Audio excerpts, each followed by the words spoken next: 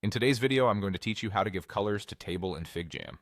If you're organizing ideas, planning a project, or just want your board to look cleaner and easier to read, adding color to your table can make a big difference.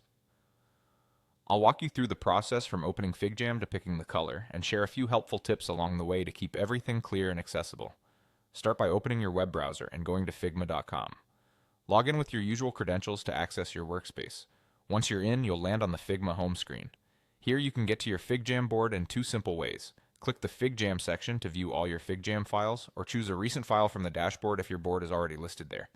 Either option takes you to the same place, the FigJam board where your table lives. When your board opens, locate the table you want to style and click on it once. You should see the selection handles appear around the table, and a contextual toolbar will show up. This toolbar usually appears at the top of the screen or as a floating set of controls near your selection. That's your shortcut to formatting options. In that toolbar, look for the color control. Depending on your version and layout, it may be labeled color or appear as a colored square or fill swatch. Click it to open the color picker. You'll see preset swatches and a way to fine-tune the shade if you want something more precise. Choose the color that best fits your board. As soon as you select it, the table's appearance updates right away, giving you instant feedback so you can decide if it looks right. A few quick tips to keep your table readable and consistent.